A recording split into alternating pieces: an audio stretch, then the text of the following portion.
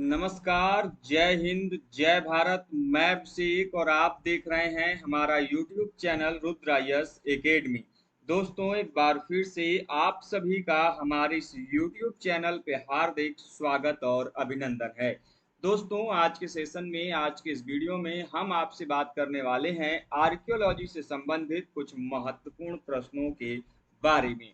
जैसा कि दोस्तों आप सभी जानते हैं, आर्कियोलॉजी के जो प्रश्न दोस्तों आपके किसी भी कॉम्पिटिटिव एग्जाम, चाहे यूजीसी नेट का हो या फिर अदर स्टेट या फिर सेंट्रल कॉम्पिटिटिव एग्जाम्स में दोस्तों, जहां पर आपके आर्कियोलॉजी से संबंधित प्रश्न पूछे जाते हैं, ये वीडियो दोस्तों आपके लिए काफी ज्यादा हेल्पफुल रहने वाली है। दोस्तों, हम लोगों ने पिछले वीडियोस के माध्यम से जो आर्कियोलॉजी से संबंधित क्वेश्चंस हैं उनकी सीरीज को शुरू किया था और उसी क्रम में दोस्तों आगे बढ़ते हुए आज के सेशन में दोस्तों कुछ अन्य महत्वपूर्ण प्रश्नों की चर्चा आपके साथ करने वाले हैं। जैसा कि दोस्तों आप सभी जानते हैं, हमारा दोस्तों जो ये नया चैनल है सीयूईटी अड्डा पॉइंट, आप सभी से निवेदन है दोस्तों कि इसको जरूर सब्सक्राइब करें। दोस्तों, आपको यहाँ पर सीयूईटी और दोस्तों अदर कॉम्पिटिटिव एग्जाम्स के लिए काफी सारे जो कंटेंट है यहाँ पे मिलते रहेंगे दोस्तों, जिससे कि आप अपनी तैयारी को एक अच्छा खासा नया तरीका दे सकते हैं। तो जल्दी दोस्तों आप सभी जुड़ जाइए और चैनल पर नए हो मेरे दोस्त तो चैनल को सब्सक्राइब करने के साथ ही बेल आइकन को प्रेस कर लें, जिससे कि दोस्तों आपके पास वीडियोस की लेटेस्ट नोटिफिकेशन सबसे पहले आप तक पहुंचती रहे। साथ में दोस्तों हमें ये भी बता दीजिए कि क्या आप तक हमारी आवाज और वीडियो क्वालिटी दोनों बेहतर रूप से पहुंच पा रही या नहीं, जिसके पश्चात दोस्तों जो सेशन है उसे हम शुरू करें। बताएं भाई, क्या आप तक हमारी आवाज और वीडियो क्वालिटी दोनों बेहतर रूप से पहुंच पा रही है? दोस्तों, हम लोगों ने जैसा कि आपको बताया था कि इसका पहला पार्ट जो है हम लोगों ने पहले डिस्कस कर लिया है, पार्ट 1। पार्ट 2 हम लोगों ने कल 20 क्वेश्चन 1 to 20 क्वेश्चन जो है कल की क्लास में किया। अब दोस्तों आगे बढ़ते हुए 21 से 40 का दोस्तों जो है पेपर का बचा हुआ क्वेश्चन उसको हम लोग सॉल्व करने वाले हैं। तो जल्दी से आप सभी जुड़ जाइए, हम चलते हैं अपने प्रश्नों की तरफ। सबसे पहला प्रश्न आपके सामने दोस्तों आप जो दिखाई दे रहा होगा कि इन विच डिस्ट्रिक्ट लहुरा देवा इज लोकेटेड। मतलब दोस्तों जो लहुरा देवा पूरा स्थल है यह किस जिले में स्थित है, यह आपको बताना है। ऑप्शंस आपके सामने दिए हुए हैं, गोरखपुर डिस्ट्रिक्ट में है, देवरिया डिस्ट्रिक्ट में है, प्रयागराज या फिर संत कबीर नगर डिस्ट्रिक्ट में। सिंपल सा क्वेश्चन है, आप सभी जानते हैं जो लहुरा देवा है ये किस लिए प्रसिद्ध है, तो लहुरा देवा चावल के प्राचीनतम साक्ष्यों के लिए ये फेमस है साइट। अब प्रश्न यहाँ पर ये है कि जो लहुरा देवा आर्कियोलॉजिकल साइट है ये किस जिले में स्थित है। ध्यान रखिएगा, लहुरा देवा को आपके एग्जाम में कई सारे क्वेश्चंस बन सकते हैं, जैसे लहुरा देवा किस काल का है, लहुरा देवा का उत्खनन किसके द्वारा किया गया, ये कहाँ पर स्थित है, किस नदी के तट पर है, ये सभी क्वेश्चंस आपके एग्जाम में पूछे जाते हैं। मैंने ऑलरेडी जितने भी आपके आर्कियोलॉजिकल साइट है उनके बारे में पढ़ा रखा है। अब आप हमें कमेंट बॉक्स के माध्यम से बताइए कि जो ये लहुरा देवा आर्कियोलॉजिकल साइट है यह किसके द्वारा एक्सकीवेट किया गया और ये आपके किस नदी के तट पर स्थित है, यह आपको बताना है। प्रश्न का बड़ा सिंपल सा आंसर होगा कि जो लहुरा देवा पूरा स्थल है ये कहां पर स्थित है, जो संत कबीर नगर है। कहां पर स्थित है, संत कबीर नगर में स्थित यह आपका काफी महत्वपूर्ण और इंपॉर्टेंट आर्कियोलॉजिकल साइट है for the evidence of rice. चावल के प्राचीनतम साक्ष्यों के लिए लहुरा देवा का नाम लिया जाता है। चलिए आगे बढ़ते हैं अगले क्वेश्चन की तरफ। अगला क्वेश्चन दिया हुआ है कि where was the bone sculpture of goddess belonging to upper palaeolithic is found. मतलब कि दोस्तों उच्च पुरा पाषाण कालीन हड्डी की बनी हुई मातृ देवी की मूर्ति कहां से प्राप्त हुई है। ये क्वेश्चन आपके एग्जाम में दोस्तों कई बार आया हुआ है। सीधे तौर पर पूछ लिया जाता है कि अपर पैलियोलिथिक एज में टेराकोटा फिगरिंस के प्रमाण, सॉरी टेराकोटा नहीं, बोन से बनी हुई जो मदर गॉडेज है उसके प्रमाण कहां से मिले। टेराकोटा मतलब मिट्टी से बना हुआ, लेकिन यहाँ पर हड्डी के बने हुई।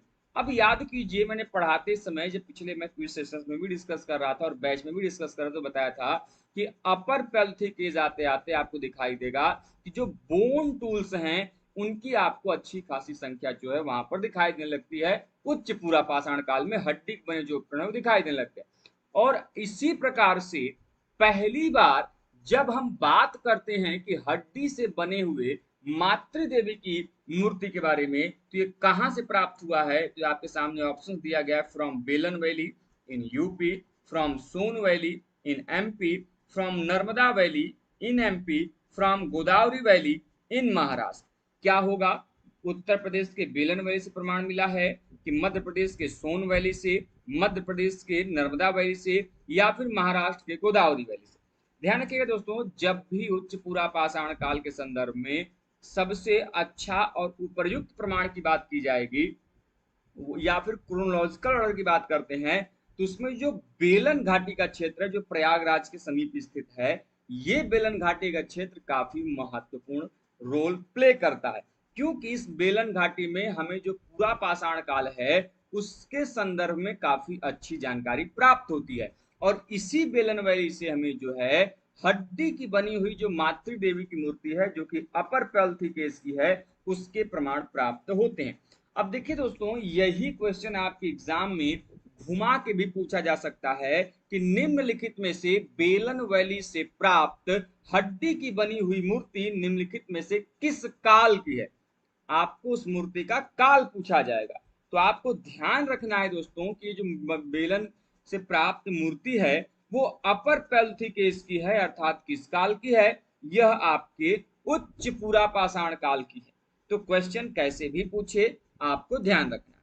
चलिए आते हैं दोस्तों अगले क्वेश्चन की तरफ। अगला क्वेश्चन है कि द मेसोलिथिक पीरियड कम्स, मतलब दोस्तों मध्य पाषाण काल कब आता है। ये तो आपके प्ले ग्रुप के बच्चों का क्वेश्चन है, यदि आर्कियोलॉजी का आप स्टूडेंट है तो इससे सिंपल क्वेश्चन नहीं हो सकता।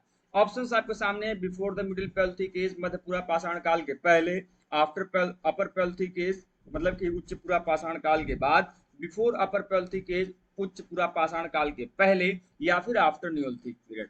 तो सिंपल सी बात है भाई, जो मेसोलिथिक एज है, जो मध्य पाषाण काल है, वो कब आता है? आफ्टर अपर पैल्थिक एज, जहां पर अपर पैल्थिक एज अर्थात जो उच्च पूरा पाषाण काल है वो समाप्त होता है और मेसोलिथिक पीरियड जो है उसके बाद शुरुआत होता है। अब इसके लिए एक टर्म भी है, ध्यान रखिएगा आप स्टूडेंट को ये जानना चाहिए, जो भी आर्कियोलॉजी के स्टूडेंट है, जहां से अपर पैल्थिक कंप्लीट हो रहा है और मेसोलिथिक पीरियड की शुरुआत हो रही है, वहां पर मेसोलिथिक पीरियड को हम किस नाम से जानते हैं? यदि आपको आ रहा हो तो जरूर कमेंट बॉक्स में बताइए। आप ये वीडियो कभी भी देख रहे हो तो इसका आंसर आप जरूर दीजिए। तो जहां पर अपर पैलियोलिथिक जो है वो कंप्लीट हो रहा हो, ठीक है, और किसकी शुरुआत हो रही हो? मेसोलिथिक पीरियड की, and that phase is known as epi palaeolithic. उसे हम किस नाम से जानते हैं? ईपी पैलियोलिथिक के नाम से जानते हैं, ठीक है। नव पूरा प्रस्तर काल, नव पूरा प्रस्तर काल के रूप में जानते हैं। ध्यान रखिएगा, मेसोलिथिक पीरियड के दो अन्य नाम मैंने ऑलरेडी आपको बताए थे पढ़ाते समय। एक प्रोटोनियोलिथिक फेज, जहां पे नव पाषाण काल समाप्त हो रहा है और न्यूलिथिक के शुरू हो रहा है, उसे हम प्रोटोनियोलिथिक कहते हैं। और जहां से अपर पैल्थिक खत्म हो रहा है और मेसोलिथिक पीरियड शुरू हो रहा है, that phase is known as epipalaeolithic. ठीक है, ध्यान रखिएगा, आपके लिए काफी ज्यादा महत्वपूर्ण, बिल्कुल सही आंसर किया है आपने।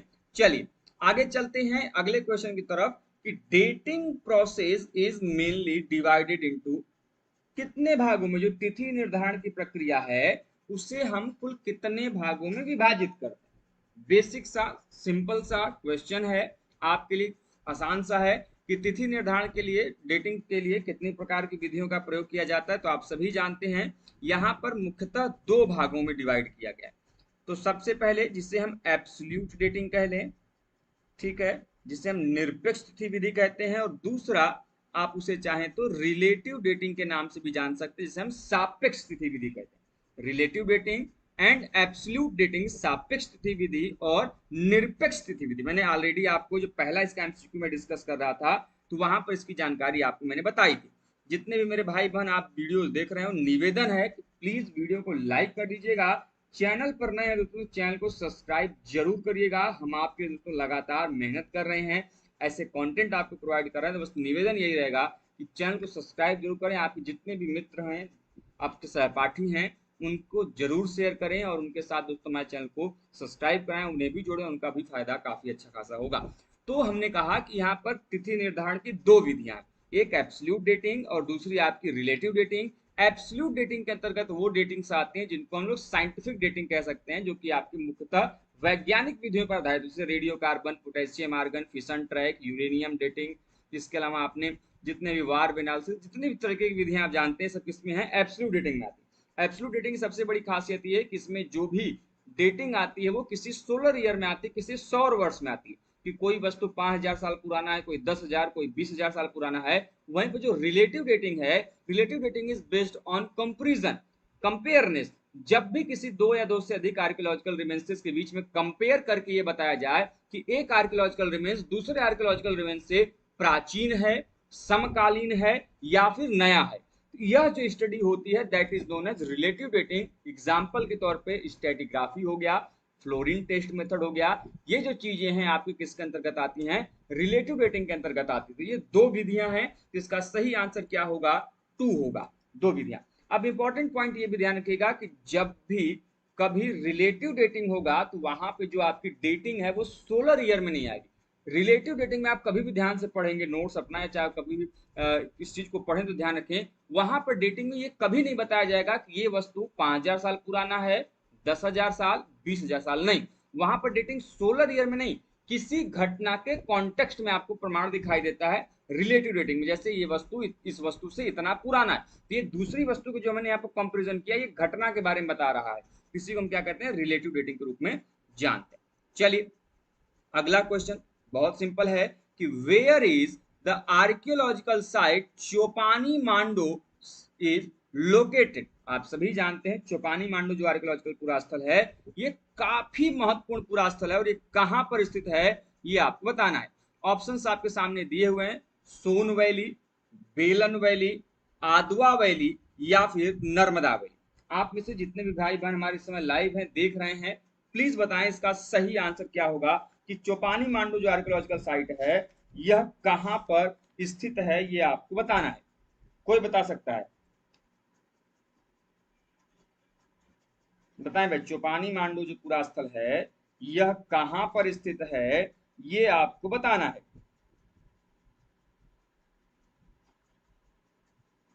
चलिए सही आंसर क्या होगा, ऑप्शन नंबर बी, कहां पर है, बेलन वैली में स्थित है। इलाहाबाद जो आपका का मेजा तहसील है, उस इलाहाबाद की मेजा तहसील के ही निकट बेलन वैली जो है वहां पर ये स्थित है। ध्यान रखिएगा कभी कभी आपके एग्जाम में पूछ लिया जाता है कि यह पुरास्थल किस नदी के तट पे है। यह पुरास्थल जो बूढ़ी बेलन रिवर है, बूढ़ी बेलन रिवर जो है उस नदी के तट पर स्थित यह महत्वपूर्ण पुरास्थल जो है ये हमें दिखाई देता है।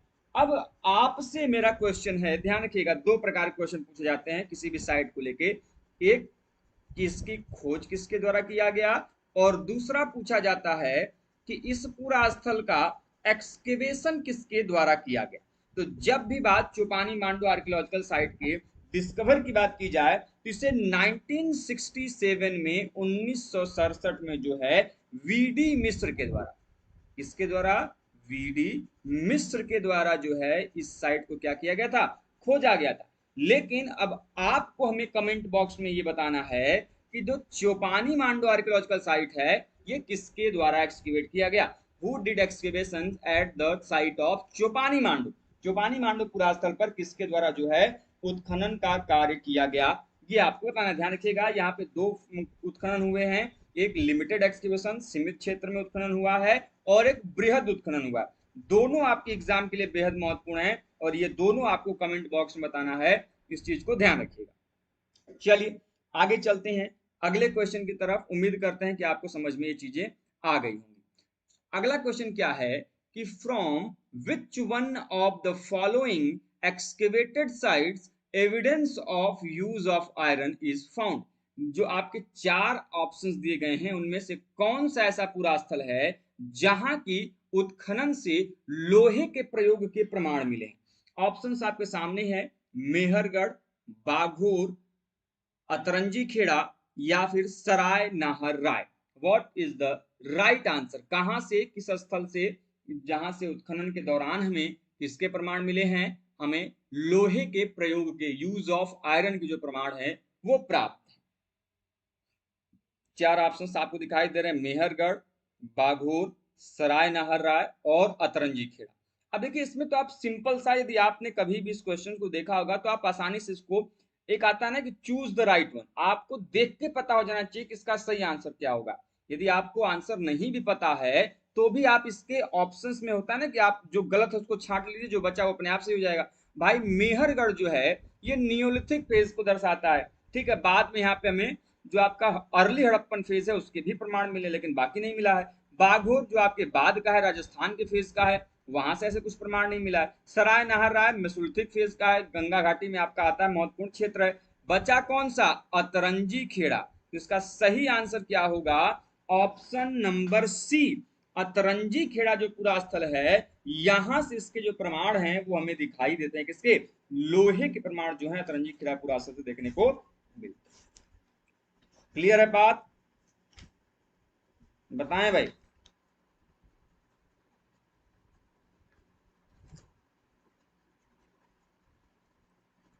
बताइए, किसी को कोई कंफ्यूजन, आगे बढ़ा जाए। चलिए, उम्मीद करते हैं कि आपको चीजें समझ में आ रही होंगी। आप हमें कमेंट बॉक्स में बताइएगा कि तरंजी खेड़ा का एक्सकेवेशन किसके द्वारा किया गया। ऑलरेडी मैंने ये पढ़ा रखा है, देखिए यहाँ पर आपको बताने की आवश्यकता इसलिए नहीं है क्योंकि आप जानते हैं कि हमारा जो चैनल है उस पर आपको क्विज सेशंस कराए जाते हैं, ठीक है। और क्विज सेशन अभी तक लगभग 52 प्लस हो चुके हैं और इनमें हमने मैक्सिमम बार ऐसे क्वेश्चन जो हैं आपको डिस्कस किए हैं। इसीलिए मैं यहाँ पे आपको दोबारा डिस्कस नहीं कर रहा हूँ, ये ऑलरेडी आपको बताया जा चुका है। बस ये आपसे उम्मीद की जाती है कि आपको भी इनका आंसर पता होगा। आप हमें कमेंट बॉक्स के माध्यम से जरूर बताइए कि इसका उत्तर क्या होगा। सभी देखिए महत्वपूर्ण पुरास्थल है, आपके एग्जाम में जब भी कोई क्वेश्चन आप सॉल्व कीजिए तो ध्यान रखिए जितने भी ऑप्शंस आपको दिखाई दे रहे हैं सभी के बारे में आप उनको नोट्स को अपने रिवाइज करते जाए। जैसे मेहरगढ़ कहाँ पर स्थित है, किस नदी के तट पर स्थित है, आप जानते हैं बोलन नदी पे स्थित है, जे.एफ. जैरिज के द्वारा इसको एक्सकैवेट किया गया। ये आपका नियोलिथिक फेज का है, कहाँ पर स्थित है, ये चीजों को आपको ध्यान रखना है। वैसे बागघोर, अतरंजी खेड़ा, सराय नाहर राय मैंने सबके बारे में बता रखा है और आपको इसके बारे में जानकारी होनी चाहिए। चलिए आगे चलते हैं अगले क्वेश्चन की तरफ, बहुत सिंपल सा है। The site of Shringverpur is associated with, Shringverpur पुरास्थल का संबंध किस काल से है, ये आपको बताना है। बेहद सिंपल साधारण क्वेश्चन है, आप सभी आर्कियोलॉजी के बच्चों के लिए जो यूजीसी नेट का प्रिपरेशन कर रहे होंगे उनके लिए प्ले ग्रुप का क्वेश्चन है। श्रृंगवेरपुर इतनी बार आपके एग्जाम में पूछा गया जैसे सब्जी में आलू पड़ता है। तो श्रृंगवेरपुर में ऑप्शन दिए गए हैं आपके रामायण, महाभारत, बौद्ध काल या फिर महावीर काल से संबंधित हैं।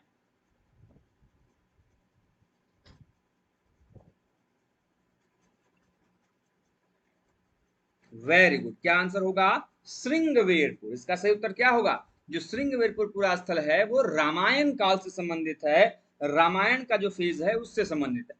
अब क्वेश्चन यहीं पे नहीं रुकता, बल्कि कई बार एग्जाम में ये आया हुआ है कि इसका एक्सकेवेशन किसके द्वारा किया गया, उत्खनन किसके द्वारा किया गया।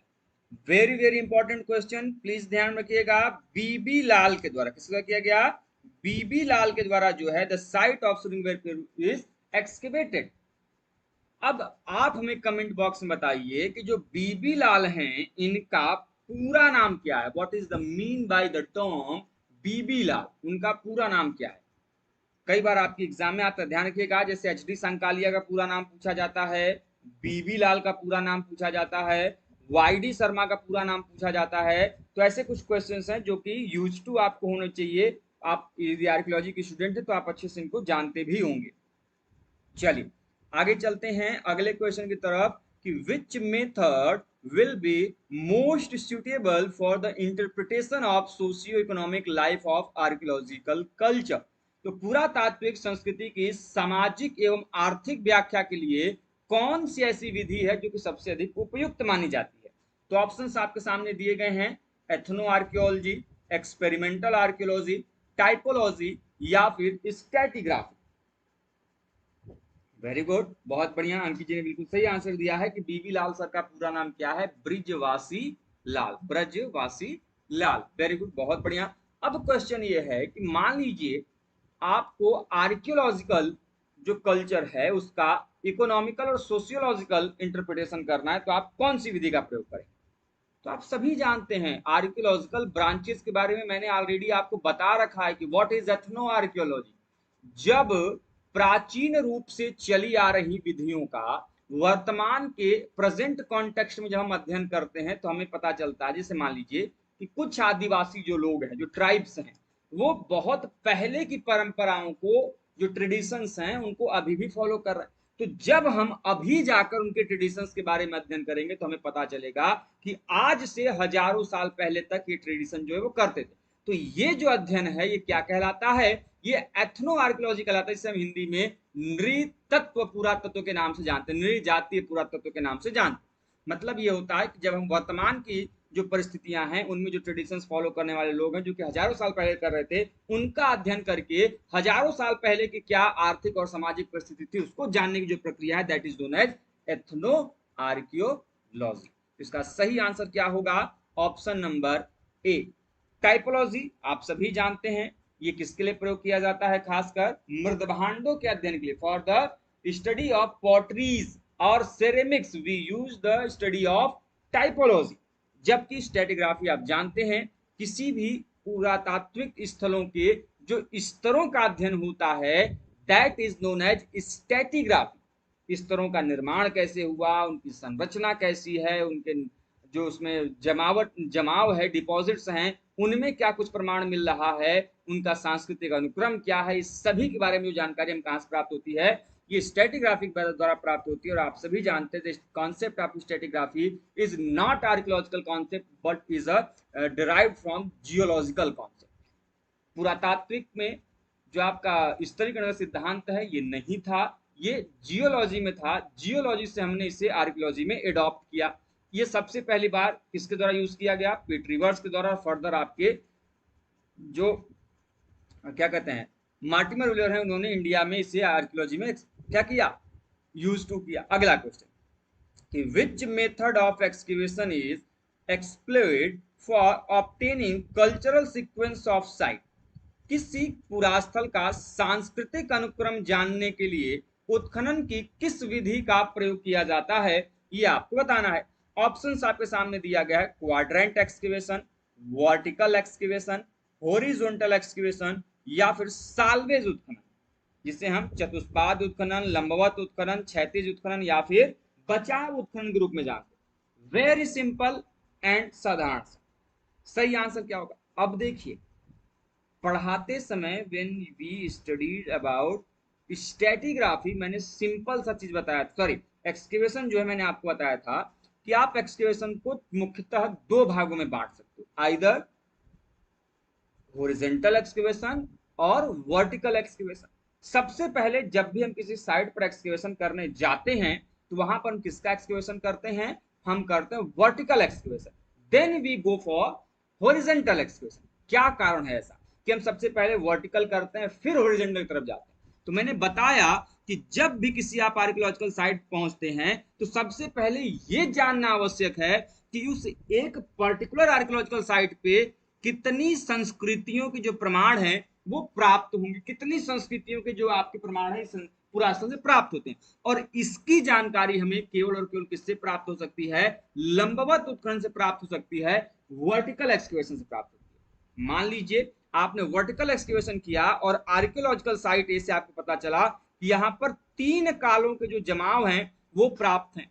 कौन कौन से? तो यहाँ पे आपने देखा कि पैलियोलिथिक एज के प्रमाण प्राप्त हैं, नियोलिथिक एज के प्रमाण प्राप्त हैं और आपको बाद में आयरन एज के प्रमाण प्राप्त है। अब आपको लगता है कि किसी एक काल की संपूर्ण जानकारी आपके पास होनी चाहिए। मान लीजिए आपको लगा कि हमें जो है पैलियोलिथिक एज या फिर आयरन एज, किसी एक काल की पूरी डिटेल में जानकारी होनी चाहिए। तो जब किसी एक संस्कृति के बारे में फुल डिटेल एनालिसिस करना होता है, then we go for horizontal excavation. तब हम क्या करते हैं? क्षैतिज उत्खनन। बची दो ऑप्शन आप में, क्वाड्रेंट एंड साल्वेज एक्सकेवेशन। क्या है?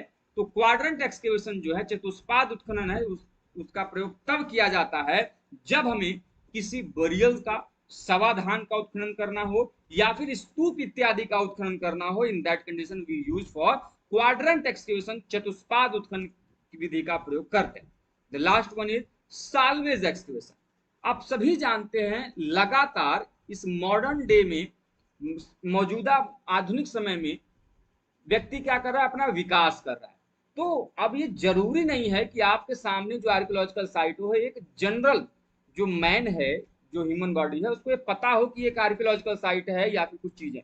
तो जब किसी पुरास्थल के बारे में, किसी आर्कियोलॉजिकल रिमेन्स के बारे में अचानक से पता चलता है और उसके नष्ट होने की पूरी संभावना है, तो उसके बचाव के उद्देश्य से जब हम कोई उत्खनन करते हैं, that is known as salvage उत्खनन, उसे हम बचाव उत्खनन कहते हैं। जैसे आपका मैंने बताया था, शारदा नहर परियोजना के तहत जो है साइट बचाई गई थी। कोई बता सकता है उसका नाम क्या है?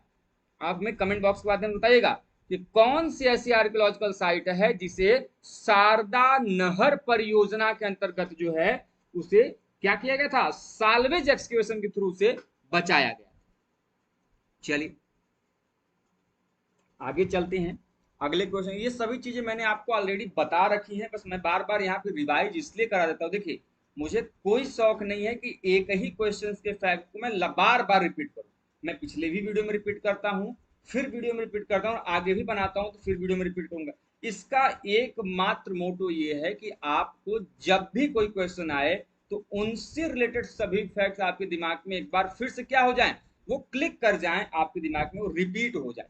तो आपका एक क्वेश्चन से अन्य क्वेश्चन जो हैं आपके फैक्ट वो दिमाग में आपको क्या रहेंगे, लगातार बने रहेंगे। मेरा उद्देश्य बस जो है यही होता है कि आप अपना लगातार जो है मेहनत करते रहें। हमारी तरफ से जितना सफल प्रयास होगा हम आपको उतना सफल कोशिश करेंगे। तो निवेदन है जितने भी मेरे भाई बहन जुड़े हैं प्लीज वीडियो को लाइक कर दें, चैनल पर नए हैं दोस्तों चैनल को सब्सक्राइब जरूर कर दें। चलिए आगे चलते हैं अगले क्वेश्चन की तरफ। अगला क्वेश्चन क्या है कि hand axe is the main tools of which period. Hand axe जो है ये किस काल का प्रमुख उपकरण है? याद कीजिए मैंने आप लोगों को पहली ही क्लास में और पिछले भी क्लास में मैंने टूल टाइपोलॉजी के बारे में थोड़ी सी जानकारी दी थी कि जो उपकरण एवं उपकरण के प्रकार हैं वो किस काल में किस इस प्रकार के उपकरण चलते थे। तो याद कीजिए मैंने सबसे पहले बताया था लोअर पैलियोलिथिक एज में, फिर मिडिल पैलियोलिथिक एज में, ठीक है, फिर अपर पैलियोलिथिक एज में किस प्रकार के टूल चलते हैं, फिर मेसोलिथिक पीरियड एज में किस प्रकार के चलते हैं, या फिर नियोलिथिक एज में किस प्रकार के टूल चलते हैं। मैं एक बार फिर से जल्दी से रिवाइज करा दे रहा हूं, आपको समझ में आ जाएगा। जब भी लोअर पैलियोलिथिक की बात होगी तो सबसे पहले आपको ओल्डवान टूल्स को ध्यान रखना है। ओल्डवान टूल्स या फिर आप उसे चॉपर चॉपिंग टूल्स कह लीजिए, दो हो गए। तीसरा एस्यूलियन टूल्स। कौन सा टूल? एस्यूलियन टूल्स। किस काल के हैं? ये आपके लोअर पैलियोलिथिक हैं। एंड एस्यूलियन टूल्स जो है ये टूल का क्या है, कॉम्प्लेक्स है या फिर टूल्स का ग्रुप है जिसमें दो आते हैं। एक आता है आपका क्या, हैंडेक्स, और दूसरा आता है आपका क्लीवर। और ये दोनों जो है हैंडेक्स एंड क्लीवर जो हैं ये किस काल के अंतर्गत आते हैं? लोअर पैलियोलिथिक के अंतर्गत इनका निर्माण शुरू होता है। इसके अलावा यदि लोअर पैलियोलिथिक की बात करते हैं तो वहां पे आपका पेबल टूल आ जाएंगे। ठीक है, मिडिल पैलियोलिथिक की तरफ चलते हैं। मिडिल पैलियोलिथिक में आपको किसके प्रमाण दिखाई देता है? तो मिडिल पैलियोलिथिक में आपको जो फ्लैग टूल्स हैं, फलक उपकरण जो हैं, उनके प्रमाण आपको वहां पे दिखाई देंगे, जिसमें आपका स्क्रैपर इत्यादि जो है उसके प्रमाण आपको वहां पे दिखाई देंगे। अपर पैलियोलिथिक में आ जाइए, वहां पे आप सभी जानते हैं दो मेजर टूल्स हैं, एक ब्लेड है, दूसरा ब्यूरीन है। मेसोलिथिक पीरियड में आ जाएंगे तो आप सभी जानते हैं microlith is far famous for Mesolithic period. Microlith जो सूक्ष्म लघु पाषाण उपकरण है उनको किस नाम से, माइक्रोलिथ के नाम से जानते हो। और ये आपके किस में आते हैं? ये आपके आते हैं लघु पाषाण को मध्य पाषाण काल के अंदर। उसके बाद जब आप न्योलिथिक फेज में जाते हैं तो वहां पे सेल्ट्स हो गए, कुल्हाड़ियां हो गई, पॉलिश्ड स्टोन टूल्स हो गए, पालिशदार जो उपकरण हो गए, ये सभी किसके अंतर्गत आते हैं? न्योलिथिक फेज के अंतर्गत आते हैं। मेसोलिथिक के भी दो फेज मैंने आप लोगों को पढ़ाते समय बताया था, early mesolithic, late mesolithic. Early mesolithic में आपको जो माइक्रोलिथ मिलेंगे वो ए जियोमेट्रिक होंगे और ज्यामिति प्रकार के उपकरण होंगे, ठीक है। और जब आप लेट मेसोलिथिक पीरियड में जाते हो तो वहां पे जो टूल्स मिलते हैं वो जियोमेट्रिक शेप में होते हैं, जिसे हम ज्यामितीय लघु पाषाण उपकरण कहते हैं। तो इन चीजों को अपने दिमाग में बैठा रही है, जब मैं पढ़ाऊंगा तो फर्दर आगे बैच में इन चीजों को मैं डिस्कस भी करूंगा। आप सभी जानते हैं कि डिटेल पॉइंट्स आपके साथ डिस्कस किए जाते हैं। तो इस प्रकार से इसका सही आंसर क्या होगा कि हैंडेक्स जो है ये किस काल से है? लोअर पैलियोलिथिक संबंधित है। आप एक क्वेश्चन का आंसर दीजिए कि फ्रांस में हैंडेक्स के लिए एक टर्म प्रयोग किया जाता है, किस अन्य नाम से उसे हम जानते हैं? फ्रांस के क्षेत्र में जो टर्म है यह किस नाम से जाना जाता है, ये आपको बताना है। फ्रांस के क्षेत्र में हैंडेक्स को हम किस अन्य नाम से जानते हैं? सिंपल सा क्वेश्चन। जितने भी मेरे भाई बहन देख रहे हैं लाइव, निवेदन है कि प्लीज एक बार वीडियो को लाइक कर दें। चैनल पर नए हैं दोस्तों, चैनल को सब्सक्राइब भी आप सभी जरूर कर दें। आप सभी जानते हैं दोस्तों, आपके लिए ही मैं लगातार ऐसी वीडियो जो है मेहनत करता हूँ, लाता हूँ। हमारे दूसरे चैनल को आप लोग जरूर सपोर्ट करें। आप सभी के घर में कई सारे फोन्स होंगे, आपके मित्र होंगे जो कि आर्कियोलॉजी इत्यादि पढ़ते होंगे। तो निवेदन मेरा ये है कि हमारे जो दूसरा चैनल है CUET अड्डा पॉइंट, इसे आप सभी जरूर सब्सक्राइब करें, बाकी लोगों को इस पर जोड़े, जिससे कि हमें मोटिवेशन मिले और हम आपके लिए लगातार ऐसी वीडियोस और भी लेके आते रहें। चलिए, कुदपो, वेरी गुड। उससे हम किस नाम से जानते हैं? कुदपो के नाम से जानते हैं। कई बार आपके एग्जाम में आता है द टर्म कुदपो is use for which tools. कुदपो शब्द का प्रयोग जो है ये किस प्रकार के उपकरण के लिए किया जाता है? तो ऑप्शन आपके सामने दिए गए हैं। ऑप्शन क्या है? ऑप्शन है आपका ये लोअर हैंडेक्स के लिए है, क्लीवर के लिए है, स्क्रैपर के लिए है, ब्लेड के लिए। ध्यान रखिएगा, कुदपो शब्द का जो प्रयोग है वो किसके लिए किया जाता है? यह किया जाता है आपके हैंडेक्स के। चलिए आगे चलते हैं। अगला क्वेश्चन क्या है? The middle Palaeolithic period comes. जो मध्य पूरा पाषाण काल है यह कब आता है? भैया ये तो सीधी सा सिंपल सा क्वेश्चन है। मैंने आप लोगों को क्रोनोलॉजिकल ऑर्डर पढ़ाया हुआ है। सबसे पहले जो आएगा वो क्या आएगा? पैलियोलिथिक एज आता है। पैलियोलिथिक एज को भी आप फर्दर 3 भागों में बांट सकते हैं क्रोनोलॉजिकल ऑर्डर में। सबसे पहले आपका लोअर पैलियोलिथिक, फिर मिडिल पैलियोलिथिक, फिर अपर पैलियोलिथिक। अपर पैलियोलिथिक जहां से समाप्त होता है वहां से आपका मेसोलिथिक शुरू होता है, और जहां से मेसोलिथिक समाप्त होता है वहां से किसकी शुरुआत होती है?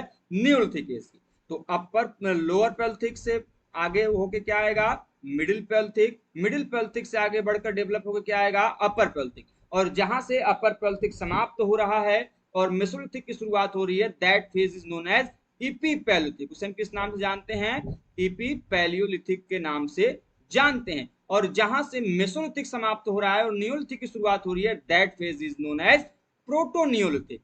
ठीक है, तो मैंने इन चीजों को आपको क्रोनोलॉजिकल ऑर्डर समझाया है। तो lower palaeolithic, middle palaeolithic, upper palaeolithic, epipalaeolithic, mesolithic, protoneolithic और नियोलिथिक। ये पूरे क्रोनोलॉजिकल ऑर्डर को आपको एकदम घोल के पी जाना है। अब इसका सही आंसर क्या होगा? तो सिंपल सी बात है, जो मध्य पूरा पाषाण काल है, मिडिल पैलियोलिथिक है, ये कब आएगा? After the lower palaeolithic age, अर्थात आपके निम्न पूरा पाषाण काल के बाद आएगा। और इस काल की सबसे बड़ी खासियत यह है कि इस मध्य पूरा पाषाण काल को हम फ्लिक कल्चर के रूप में, फलक संस्कृति के रूप में जानते हैं। उसका सबसे बड़ा कारण यह है इस नाम के पीछे, क्योंकि इस काल में जितने भी टूल्स आपको दिखाई देते हैं वो टूल्स कैसे हैं? फ्लिक पर बनाए गए। मैंने आपको पढ़ाते समय बताया था कि मान लीजिए जब कोई स्टोन आप लें और स्टोन के ऊपर एक छोटा सा प्रहार करें, तो उससे छिटक कर जो टुकड़ा बाहर निकलता है उससे हम किस नाम से जानते हैं? फ्लेक के नाम से जानते हैं। और जो बड़ा टुकड़ा होता है that is known as core. तो जब किसी उपकरण को इस बड़े टुकड़े पर बनाया जाएगा that is known as core tool. ठीक है, और जब इससे जो छिटक के बाहर निकला हुआ टुकड़ा है, जब इसका प्रयोग हम टूल के रूप में करेंगे that is known as flake tool. तो सबसे बड़ी खासियत यह है कि जो आपका मध्य पूरा पाषाण काल है उसमें ये जो छिटक के निकले हुए टुकड़े होते थे, उसी के फ्लेक पर ही जो है आपके उपकरण के प्रमाण दिखाई देते हैं। एग्जाम्पल के तौर पे आप इसमें किसका नाम ले सकते हैं? स्क्रैपर। क्लियर है बात? कोई कंफ्यूजन, कोई डाउट, कोई समस्या, कोई परेशानी? उम्मीद करते हैं कि आपको बड़ी जो क्लास है बड़ा आनंद आ रहा होगा, आपको काफी अच्छे क्लास में जानकारी प्राप्त हो रही होगी। देखिए दोस्तों, हमारा पूरा प्रयास रहता है कि आपको जो आर्कियोलॉजी से संबंधित कहीं पर भी कोई क्लास नहीं मिलती, आपको कहीं पर बहुत प्रॉब्लम होती है कंटेंट के लिए, तो हमारा चैनल आपको पूरा गारंटी देता है कि यदि आप हमारे चैनल के माध्यम से जुड़े रहेंगे तो आपको कहीं पर भी कोई भी समस्या नहीं होनी पाएगी। हम पूरा प्रयास करेंगे आप सभी के लिए उपयुक्त पूरा कंटेंट प्रोवाइड कराने का। चलिए आगे चलते हैं अगले क्वेश्चन की तरफ। अगला क्वेश्चन क्या है कि ऑस्ट्रेलोपिथेकस मानव किस काल से संबंधित है, ये आपको बताना है। ऑप्शंस आपके सामने हैं, lower palaeolithic age, middle palaeolithic age, upper palaeolithic age या फिर मेसोलिथिक एज। बताएं भाई, ऑस्ट्रेलोपिथेकस के जो प्रमाण हैं वो कहां पर, मतलब किस फेज में दिखाई देते हैं? कोई बता सकता है? सिंपल सा क्वेश्चन है।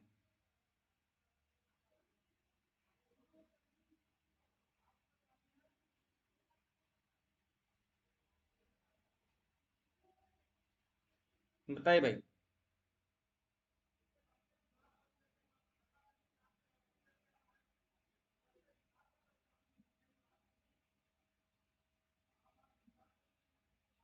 चलिए, what is the right answer बताएगा कोई? सही उत्तर क्या होगा? किससे संबंधित है भाई? चलिए, ए लोअर पैलियोलिथिक एज में जो आपका निम्न पूरा पाषाण काल है, ये उससे संबंधित जो प्रमाण है वो हमें दिखाई देता है। अब सिंपल सा आप इसको जोड़ भी तो सकते हैं। मैंने आपको जब ओल्डुआई गाज पढ़ाया तो वहां से जो आपके प्रमाण हैं उस कौन से टूल्स के साथ मिले? ओल्डवान टूल्स मिले हैं। और ओल्डवान टूल्स किस काल के अंतर्गत आते हैं? लोअर पैलियोलिथिक एज के अंतर्गत आते हैं। ठीक है, तो वहां से भी आप इसको एसोसिएट कर सकते हो।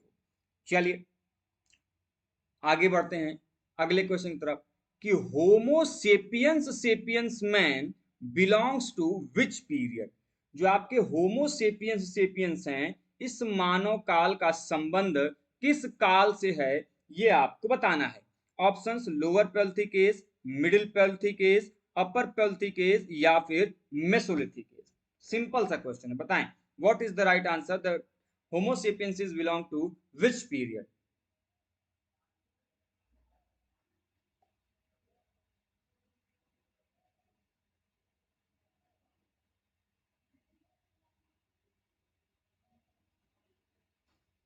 बताएं भाई, सही उत्तर क्या होगा?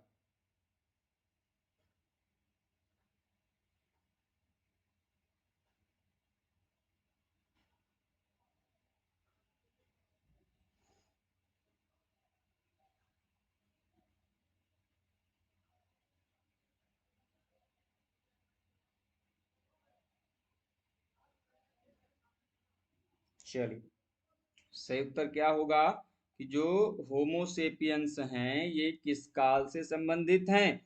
तो ध्यान रखिएगा, हालांकि इन जनरल टर्म में आप इन्हें मध्य पाषाण काल से भी जोड़ सकते हैं।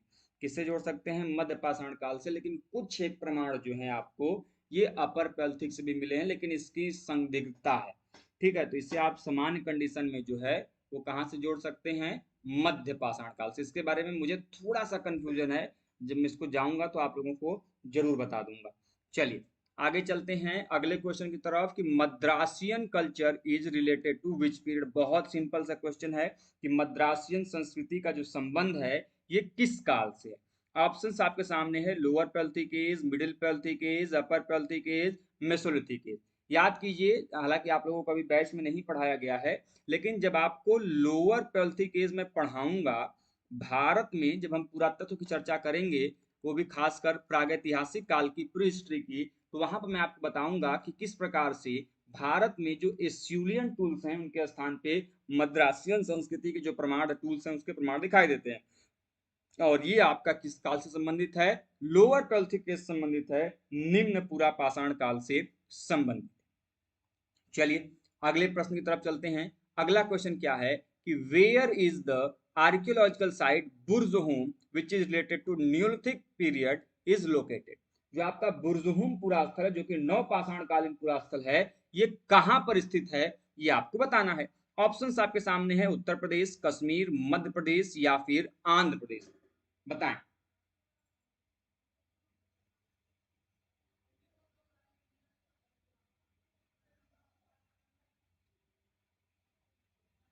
चलिए वेरी गुड, बहुत बढ़िया। सही आंसर क्या होगा? Option number B. सिंपल से क्वेश्चन है आप सभी स्टूडेंट्स के लिए। जो बुर्जहोम पुरास्थल ये नवपाषाण काल का कश्मीर में स्थित काफी महत्वपूर्ण पुरास्थल है। अब ये क्यों फेमस है और इसका उत्खनन किसके द्वारा किया गया, ये दोनों आंसर आप हमें कमेंट बॉक्स में जरूर बताएंगे। जब भी आप कभी ये वीडियो देखें, जो स्टूडेंट नहीं देख पाए अभी या बाद में जो देखें, कमेंट बॉक्स में जरूर बताइए। क्वेश्चन आपके एग्जाम में दो पूछे जाते हैं। पहला कि जो बुर्जहोम पुरास्थल ये किसके द्वारा एक्सकेवेट किया गया, और दूसरा यह जो पूरा स्थल है यह किसके लिए प्रसिद्ध है, आप सभी जानते हैं। ठीक है, आगे चलते हैं अगले क्वेश्चन की तरफ। अगला क्वेश्चन क्या है कि bone ornaments in the mesolithic context is India have been obtained from?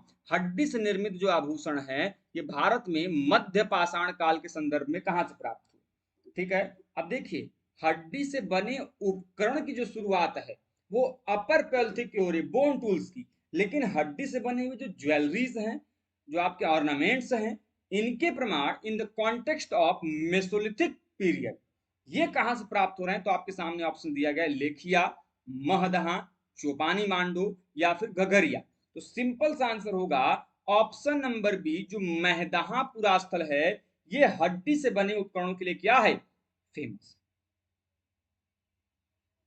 ठीक है, ध्यान रखिएगा, काफी ज्यादा महत्वपूर्ण है। लिखिया, बगही खोर, इन जो शिलाश्रय हैं उनको ध्यान रखिएगा, यहाँ से भी क्वेश्चन पूछे जाते हैं, जैसे लिखिया हो गया, बगही खोर हो गया, ये जो आपके केव्स हैं, रॉक शेल्टर्स हैं, बहुत इंपॉर्टेंट है। इनसे भी क्वेश्चन पूछे जाते हैं, कितने ह्यूमन स्केलेटन यहाँ से प्राप्त हुए, किसके द्वारा एक्सकैवेट किया गया। जब मैं पढ़ाऊंगा बैच में तो उसको भी बताऊंगा। फिलहाल इन चीजों के बारे में थोड़ी थोड़ी जानकारी याद रखिए। ये जो रॉक शेल्टर्स हैं, उत्तर प्रदेश में काफी इनका महत्वपूर्ण स्थान है। इन रॉक शेल्टर्स को इलाहाबाद यूनिवर्सिटी के द्वारा बहुत काफी महत्वपूर्ण पे काम किया गया, और इन चीजों को भी आप लोग ध्यान में रखें। चलिए आगे चलते हैं अगले क्वेश्चन की तरफ। The ochre coloured pottery which is also known as OCP, या फिर जिसे हम हिंदी में गैरिक मृदभांड के नाम से जानते हैं, ठीक है, वह इसका नामकरण कहां पर हुआ? ऑप्शन हस्तिनापुर, छत्र, कोल्डीहवा या फिर मास्क। बहुत सिंपल सा क्वेश्चन है आप सभी स्टूडेंट के लिए जो आर्कियोलॉजी के हैं, कि आप जानते हैं कि there were various type of potteries in ancient India. Bharat में, प्राचीन भारत में कई सारे प्रकार के जो आपके मृदभांड है उनके प्रमाण मिलते हैं। सबसे पहले आपका कॉर्डेड वेयर हो गया, रस्सी छाप मृदभांड। उसके पश्चात आप रेड वेयर पे आ जाइए। लाल प्रकार के जो मृदभांड हैं जो कि आपको इंडस वैली सिविलाइजेशन में दिखाई दे रहे हैं।